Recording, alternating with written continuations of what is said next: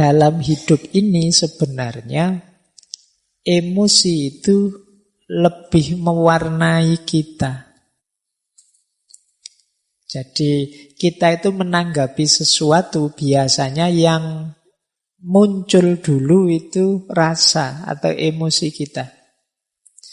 Mungkin ada teman-teman atau bapak ibu yang belum pernah ke sini itu. Begitu masuk ke sini itu kan yang keluar dulu kan emosinya. Mungkin seneng, mungkin kaget, mungkin macam-macam. Itu kan emosinya dulu. Baru setelah itu pikiran bermain.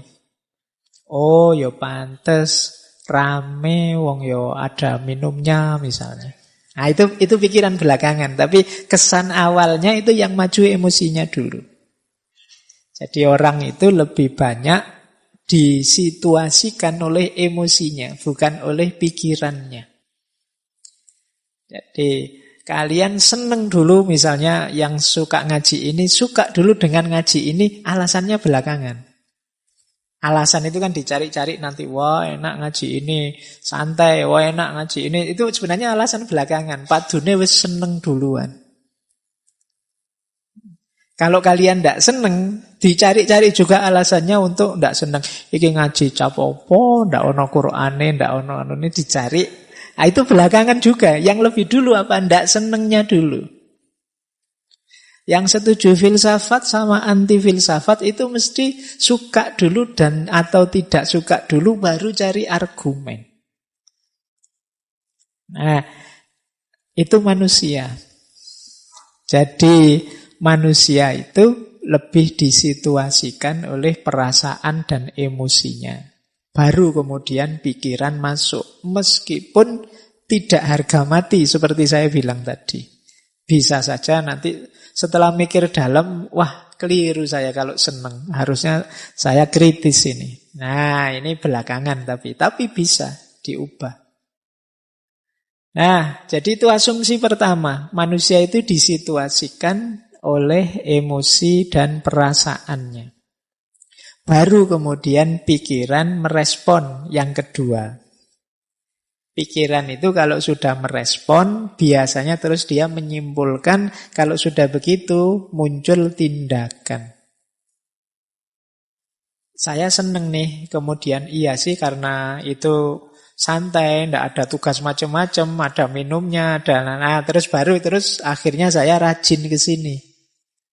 Jadi dari emosi masuk ke pikiran, kemudian muncul perilaku dan tindakan. Jadi kalau di situ saya tulis behavior, perilaku itu kan kalau terus-terusan jadi kebiasaan. Dan itulah nanti yang membentuk performan kita, profil kita. Baik, jadi rumusnya itu kalau emotional quotient. Jadi manusia itu disituasikan oleh emosinya, setelah itu pikiran merespon, dari situ muncul tindakan, dari tindakan itulah lahir performan, perilaku nyata dia, dan terakhir ini juga bukan harga mati.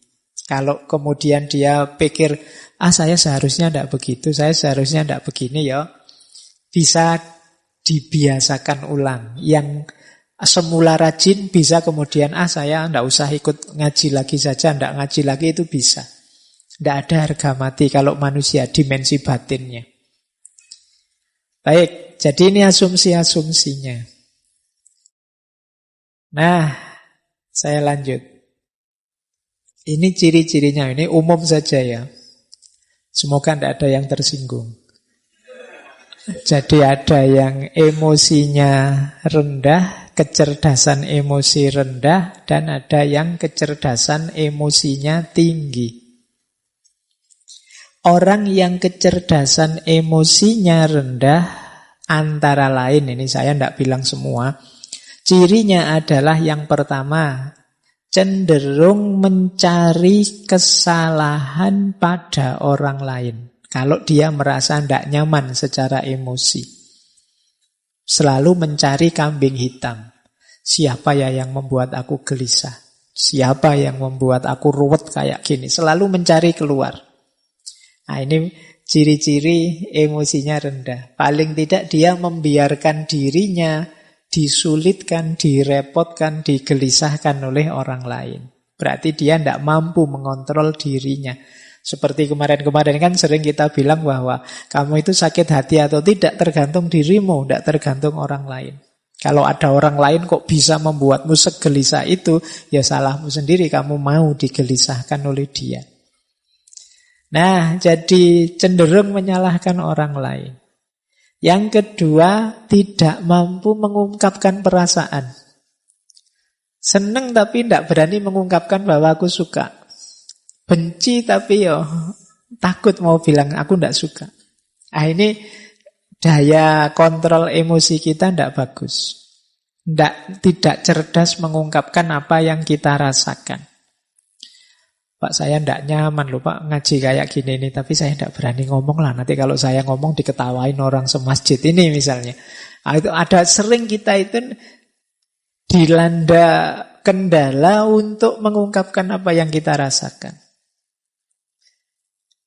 Ya kita sulit milih ekspresi yang pas, diksi yang sesuai, yang tidak menyakiti orang seperti apa. Itu kita sulit milih ini, berarti kemungkinan memang daya kecerdasan emosi kita perlu ditingkatkan lagi. Yang ketiga, suka menyerang, menginterupsi, mengkritik, memberi cap orang lain. Nah, agresif ke orang lain. Nah, ini ciri-ciri kecerdasan emosinya kurang tinggi. Saya mau bilang rendah kok sungkan. Jadi ya, jangan suka nyerang orang lain. Ini alamat apa? Dia kesulitan untuk berempati atau memahami atau mengerti perspektif yang diambil orang lain.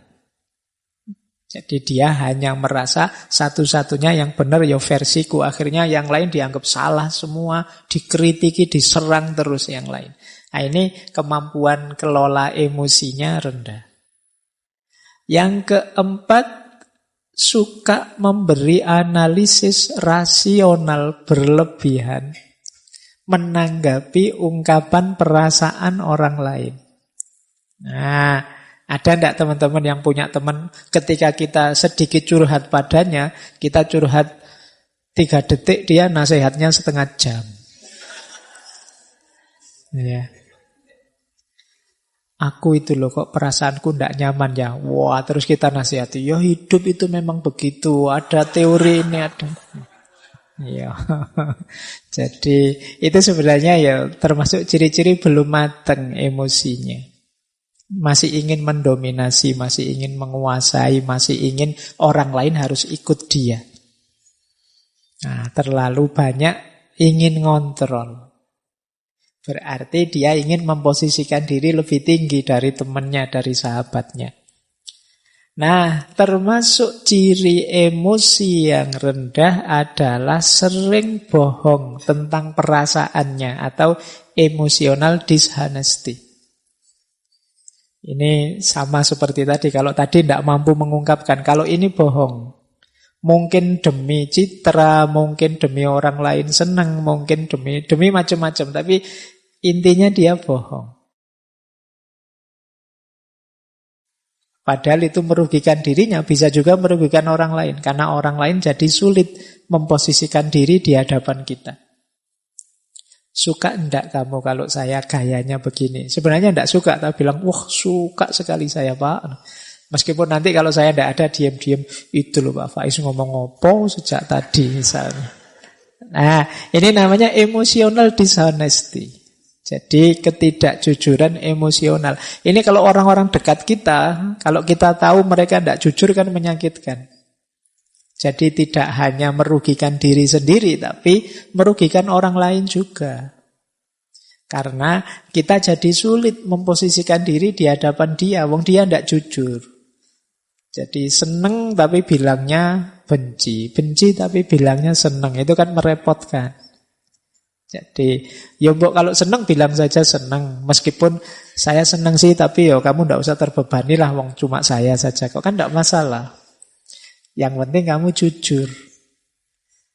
Nah, Biasanya juga orang yang emotional quotient-nya rendah itu adalah pendengar yang jelek.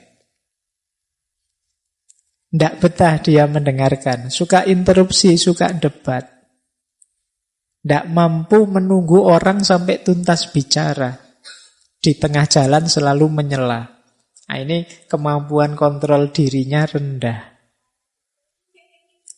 Mungkin kadang kalau debat itu kan sering saling nyamber itu. Mungkin dia khawatir kalau ini teman lawan bicaraku selesai ngomong, jangan-jangan sulit aku bantahnya. Akhirnya dicegati tengah jalan. Nah, ini pendengar yang jelek. Berarti debatnya memang nyari menang kalah, bukan mencari yang benar. Maka yuk latihan. Terus melebih-lebihkan atau mengecil-ngecilkan yang dirasakan. Kan banyak orang itu hal kecil diheboh-hebohkan. Perasaannya sendiri yang biasa saja sebenarnya itu urusan sepele, tapi seolah-olah wah, sekedar misalnya, wah aku kok ndak kebagian minum ya, wah jangan-jangan takmirnya sentimen saya. Jangan-jangan dibesar-besarkan. Ini mungkin dia khawatir tersaingi oleh aku mungkin. Dia khawatir mikirnya ndak karu-karuan, melebih-lebihkan. Jadi mendramatisir hal-hal yang sebenarnya biasa-biasa saja. Baik, terus tidak peka terhadap perasaannya orang lain. Jadi orang seperti apa dia tidak peka. Jadi ngertinya ya perasaanku saja. Dia marah-marah kalau orang tidak mengerti dirinya, tapi dia tidak mau mengerti orang lain. Kemudian sering merasa insecure, tidak aman. Sukar menerima kesalahan diri sendiri dan berat kalau mau minta maaf. Jadi kalau ada teman-teman punya ciri begini, berarti ya harus belajar lagi emotional quotient. Kecerdasan emosional. Kemudian pesimis, merasa dunia ini tidak adil. Wah, tidak adil dunia ini. Orang kaya kok tambah kaya, aku kok tambah miskin. Kan sering yang mengeluh begitu kan banyak. Tidak adil Allah ini. Kadang-kadang Allah juga dimarahi. Nah, ini hidup pesimis. Apa maunya Allah itu? Saya kemarin baca di mana itu. Apa yang dipikirkan Tuhan itu kan gitu. Kan banyak yang komplain dengan kalimat-kalimat begitu. Baik, jadi pesimis. Sukanya mengeluh. Yang dilihat yang buruk-buruk, yang jelek-jelek saja. Ini ciri-ciri emosional kecerdasannya rendah. Kemudian kaku, tidak luwes. Jadi sulit beradaptasi terhadap perubahan-perubahan dalam hidup. Orang yang kaku itu kan berat. Mudah patah. Maka jadilah orang yang tangguh. Tangguh itu bukan berarti kaku.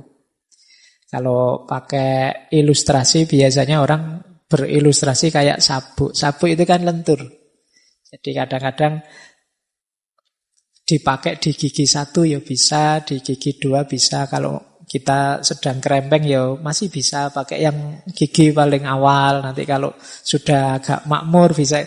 Luwes sabuk itu dipakai seperti apa saja bisa. Karena apa? Dia lentur. Beda dengan yang kaku. Tombak misalnya. Itu kan tidak bisa dilipat, tidak bisa ditekuk. Kalian bawa tombak naik motor ya malang-malang tidak karu-karuan. Karena apa? Kaku, mudah patah. Tapi kalau pakai sabuk gampang. Itu maka orang-orang yang emosinya tidak bagus, cara pengendaliannya ya dia biasanya kaku. Sulit sekali dinego. Sulit sekali dilembutkan. Terus biasanya kemudian jadinya tidak harmonis dengan orang. Lebih harmonis dengan yang bukan manusia. Iya. Dengan koleksinya, dengan binatang kesayangannya. Sampai kemarin ada yang menikah sama kambing itu ya. Mungkin dia sudah putus asa dengan manusia itu dia.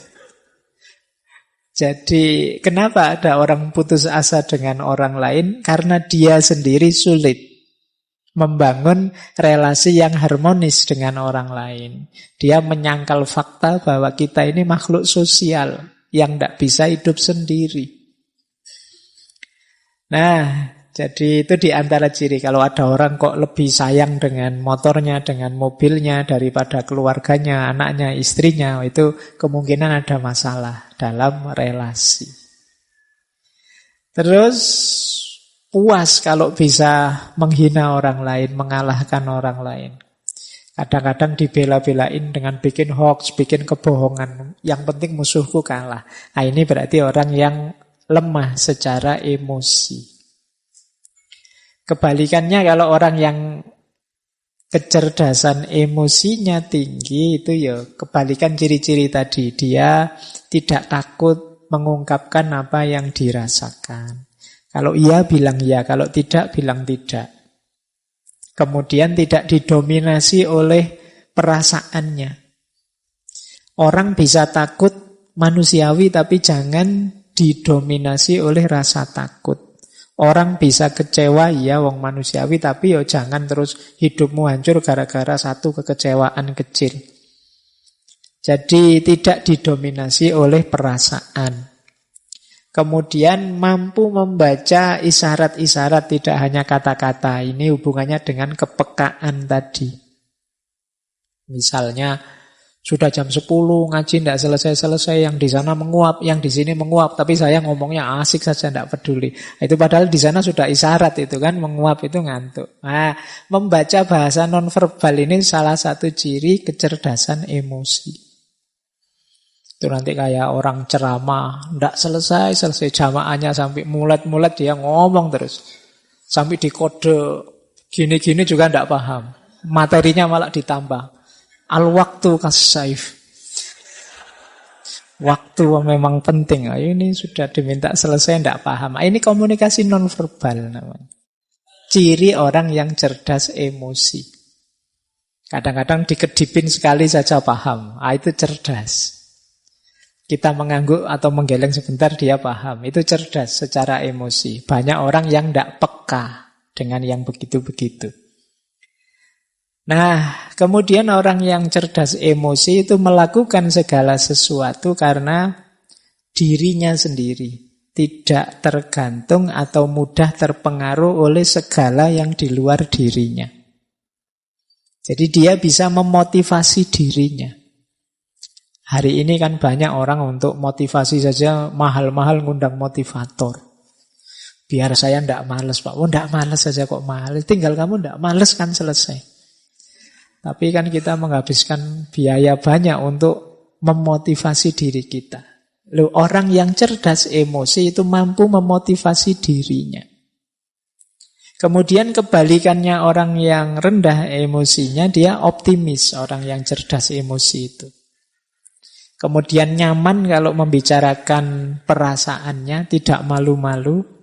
Kemudian tidak kalah oleh emosinya seperti tadi. Nah, mampu merenungi dirinya, mampu muhasabah kalau bahasa agama. Oh iya ya, apa pas ya saya emosi saya seperti tadi misalnya. Harusnya aku lebih agresif sedikit sehingga anak-anak ini tidak ngantuk misalnya. Itu merenung. Karena saya bilang tadi emosi kita itu bukan harga mati. Tidak seperti IQ. Jadi tergantung kita ingin dibentuk seperti apa. Nah, kemudian ada ketahanan emosi, tangguh. Baik, wah ini pecah tulisannya. Jadi ada 5 nanti, kalau ini menurut Daniel Goleman, 5 kunci kecerdasan emosi. Jadi orang yang cerdas secara emosi itu cirinya 5. Yang pertama self-awareness, yang kedua self-regulation, yang ketiga motivation, yang keempat empati, yang kelima social skill. Kuncinya di sini. Yang pertama apa? Self-awareness, kesadaran diri. Mampu mengenali dirinya, mengenali emosinya, dorongan jiwanya, dan juga efeknya. Nah, ini namanya self-awareness. Wah, saya itu biasanya kalau ketemu teman yang seperti itu mudah tersinggung. Nah, ini mampu mengenali dirinya. Harus hati-hati ini saya. Nah, itu sadar diri. Wah, ini ngajinya sampai jam 10. Lama, saya biasanya tidur jam 9, berarti nanti mesti aku ngantuk. Kalau aku ngantuk, pikiran tidak jernih. Kalau pikiran tidak jernih, ya ngajinya tidak bisa masuk. Kalau kadang-kadang kalau ngantuk tidak ngerti kiri kanan, akhirnya nendang gelas. Kemudian, nah ini self-awareness, sadar diri. Jadi ngerti emosi-emosi yang bermain dalam dirinya. Dia bisa memprediksi kalau situasinya begini, nanti aku mesti begini. Kalau kondisinya begini, nanti aku mesti begitu. Ini orang yang sadar emosi. Yo, kalau tidak sadar emosi, gimana kita ngontrolnya? Kecerdasan emosi itu kan secara umum bagaimana kita mengontrol emosi kita. Lah kalau kita tidak tahu yang dikontrol apa kan ya berat. Jadi yang pertama ini self-awareness, sadar emosi. Yang kedua, setelah sadar apa? Self-regulation, ngontrol. Nah, kalau tadi sadar menerima, kalau ini ngontrol. Saya tahu ngobrol dengan orang kayak gini ini mesti membuat mangkel, membuat tersinggung, tapi saya tahanlah. Saya tidak marah, sing waras ngalah wis tidak apa-apa. Nah, ini namanya mampu, orang yang cerdas emosi. Hari ini kan sulit kita untuk bisa mengontrol ini. Kalau menyadari mungkin mudah ya, tapi ngontrol ini berat. Apalagi dorongan untuk yang negatif-negatif yang sudah sering kita lakukan. Biasanya orang itu kalau punya kebiasaan kok negatif itu kan sulit mengubahnya. Akhirnya apa? Mencari alasan agar yang ini sebenarnya negatif terus jadi positif. Jadi mencari alasan agar yang negatif-negatif tadi terus jadi positif. Bukan mengubah yang negatif jadi positif. Yang dicari alasannya saja. Nah ini berarti bukan self-regulation. Jadi misalnya biasanya rajin ngaji sih, tapi sekarang kok males ngaji ya. Nah, terus dicari alasan, males ngaji. Ngaji itu kan sunnah, tidak wajib. Wong saya juga bukan ahli Al-Quran, wong ya bukan hafid, bukan. Jadi ya tidak masalah lah. Yang penting kan masih sholat, masih syahadat. Nah, ini namanya bikin alasan. Untuk kebiasaan yang sebenarnya kita tahu itu negatif. Ini ciri orang yang tidak bisa self-regulation. Jadi itu kedua. Jadi kemampuan mengontrol, mengalahkan emosi dan dorongan jiwa yang negatif. Ini negatif saya tidak usah lah. Misalnya buka HP, kok isinya begitu-begitu ya, ada gambar-gambar, ada video. Ini negatif, aku tidak usah lah. Jadi bukan malah, wah ini saya tidak sengaja loh ya, buka-buka sendiri loh, ini tidak begitu. Yang tidak sengaja kan tidak ada dosanya, salahnya sendiri yang upload, ini bukan. Ya tidak, itu namanya cari alasan. Kalau sudah tahu buruk ya kita tahan diri. Nah ini namanya kemampuan emosi. Jadi kecerdasan emosi untuk melakukan self-regulation.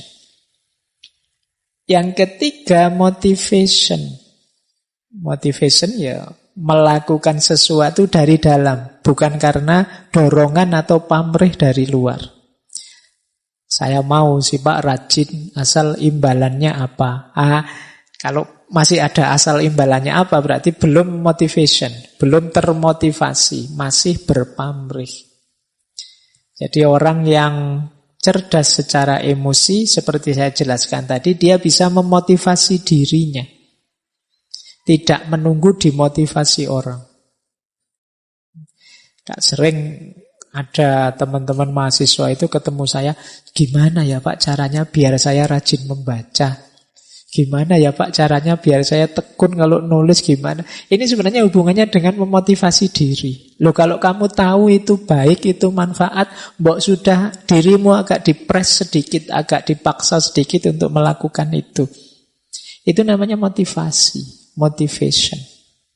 Jadi Ini penting, karena kadang-kadang untuk sesuatu yang free kita keluar high cost. Sesuatu yang sebenarnya bisa kita hidupkan langsung, kita perlu pendorong yang mahal untuk diri kita. Nah, ini yang ketiga. Yang keempat, empati. Orang yang cerdas secara emosional itu daya empatiknya tinggi. Empati itu, kalau dalam bahasa Inggris kadang pakai istilah transposisi. Kemampuan kita berposisi di depan orang lain. Misalnya, saya melihat teman-teman yang ngaji di sana. Wah, seandainya saya teman-teman mahasiswa yang ngaji dalam waktu 2 jam melotot ke sini terus, dalam itu mesti capek ya, mesti. Kalian juga begitu. Wah, aku kalau di posisinya Pak Faiz itu 2 jam ngomong terus, oh itu apa ya? Ini namanya empatik namanya, gitu loh. Jadi kemampuan kita memposisikan diri di posisi orang lain. Seandainya aku seperti dia yang sedang sayang-sayangnya kok terus ditinggal. Mestinya ya sedih hatiku mestinya. Nah, ini namanya kemampuan empatik. Ndak ingin aku menertawai dia tapi kok ya kasihan ya. Kalau aku di posisi dia ya, itu namanya empatik. Kalau aku di posisi dia, jadi orang yang khilaf sih tidak sengaja, tapi kemudian diserang kiri kanan, dimarahi, dianui, wah mestinya ya sedih. Sudahlah, aku tidak usah ikut maki-maki, tidak usah menyerang. Ini namanya empati. Jadi kemampuan memposisikan diri di posisi orang lain. Ini akan jadi kunci nanti dalam hubungan sosial. Nah, yang kelima, social skill. Social skill ini kemampuan menata hubungan, membangun jaringan dengan orang lain. Jadi orang yang mudah bergaul, enak bergaul, gampang diterima di mana-mana, itu namanya social skill.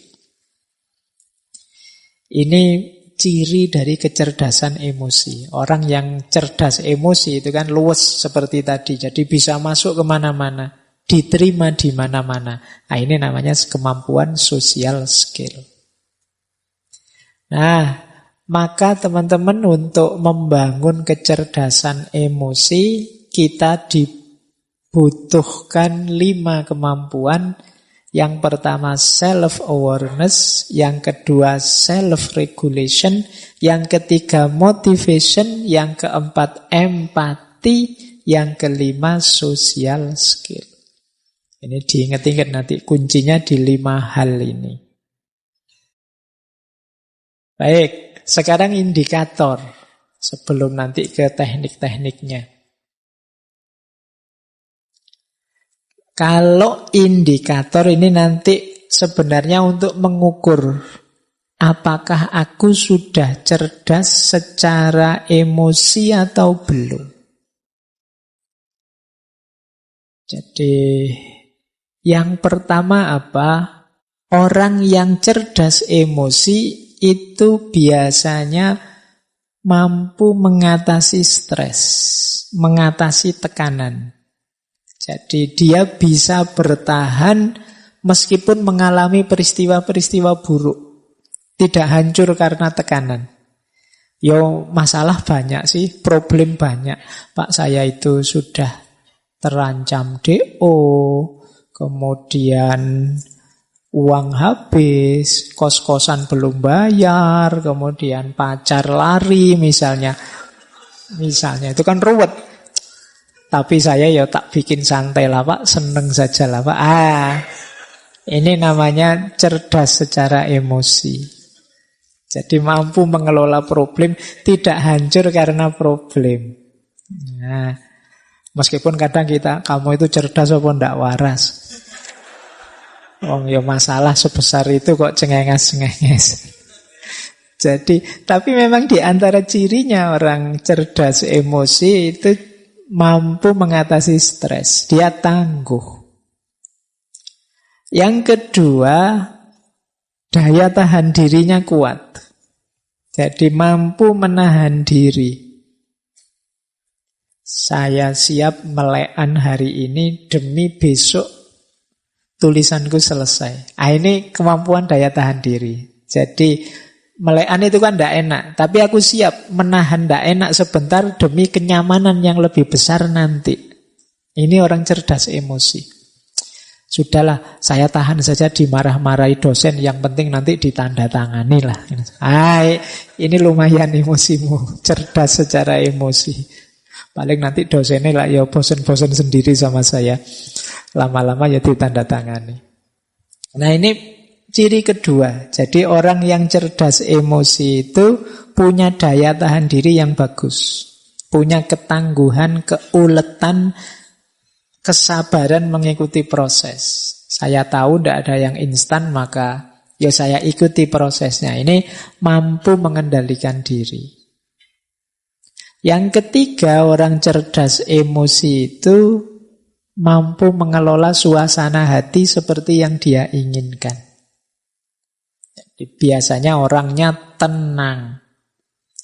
Ada masalah ya, tapi bukan berarti aku harus gelisah. Ada problem ya, kadang-kadang ya sedih, kadang-kadang ya ruwet hidup ini, tapi ya tenang saja. Nah, kalau bahasanya agama kan mutmainnah. Jadi batinnya sudah stabil. Apapun yang terjadi tidak belok-belok sudah, tidak naik turun lagi. Nah, ini orang yang cerdas secara emosi. Yang keempat, mampu motivasi diri. Tadi sudah dijelaskan ya, bagaimana orang tidak perlu pendorong dari luar dirinya untuk melakukan sesuatu. Yang kelima, mampu memahami orang lain lewat empati. Dan yang keenam, mampu bergaul dengan baik. Kok punya teman pintar sekali bergaul, di mana-mana disukai. Ini berarti kecerdasan emosinya tinggi. Berarti apa, teman-teman? Melatih kecerdasan emosi itu sebenarnya melatih untuk melakukan 6 hal ini. Yang pertama, latihan untuk tangguh, tidak runtuh meskipun banyak masalah yang menekan kita. Yang kedua, latihan mengendalikan diri, menahan diri. Yang ketiga, latihan tenang, latihan mengendalikan suasana hati. Yang keempat, mampu memotivasi diri kita untuk melakukan sesuatu tanpa butuh pendorong, tanpa butuh pamrih dari luar diri. Yang kelima, mampu empatik, memahami orang lain di posisinya. Dan yang terakhir, mampu bergaul dengan siapa saja dengan cara menyenangkan, mampu tenggang rasa terhadap orang lain. Nah, ini 6 indikator orang yang cerdas emosinya. Oke, nah kita sekarang ke inti teorinya. Sejak tadi belum inti, masih pengantar. Ini 4 kemampuan. Inilah nanti yang disebut kecerdasan emosional. Ini kalau digambar ya model tabelnya begitu. Saya tidak tahu nanti yang hanya mendengarkan rekaman suaranya, tidak ada gambarnya. Semoga bisa membayangkan ya kotak-kotaknya itu. Jadi emotional intelligence itu unsurnya 4 tadi ya. Kesadaran diri dan pengaturan diri dan kesadaran sosial serta pengaturan relasi dengan orang lain. Jadi 2 yang pertama itu namanya personal competence, kemampuan personal. 2 yang terakhir namanya social competence, kemampuan sosial. Ini kayak kuliah beneran ya kalau kayak gini slide-nya. Dianggap kuliah saja. Jadi kesadaran kita, sadar emosi kita dan mampu mengelolanya. Kita sadar sebagai makhluk sosial dan mampu mengelolanya. Sebenarnya kuncinya itu yang disebut kompetensi personal dan kompetensi sosial. Yang sadar itu namanya what I see, apa yang harus aku lihat, apa yang harus aku penuhi. Kalau yang pengaturan itu what I do, apa yang harus aku lakukan. Jadi yang disadari dan yang dilakukan, baik sehubungan dengan diri kita sebagai pribadi maupun diri kita sebagai makhluk sosial. Sederhananya itu sebenarnya. Terima kasih sudah menyimak. Semoga channel Mengaji Hening bersama Dr. Fahruddin Faiz selalu bisa memberikan ilmu, motivasi, dan kebermanfaatan. Salam sehat dan bahagia.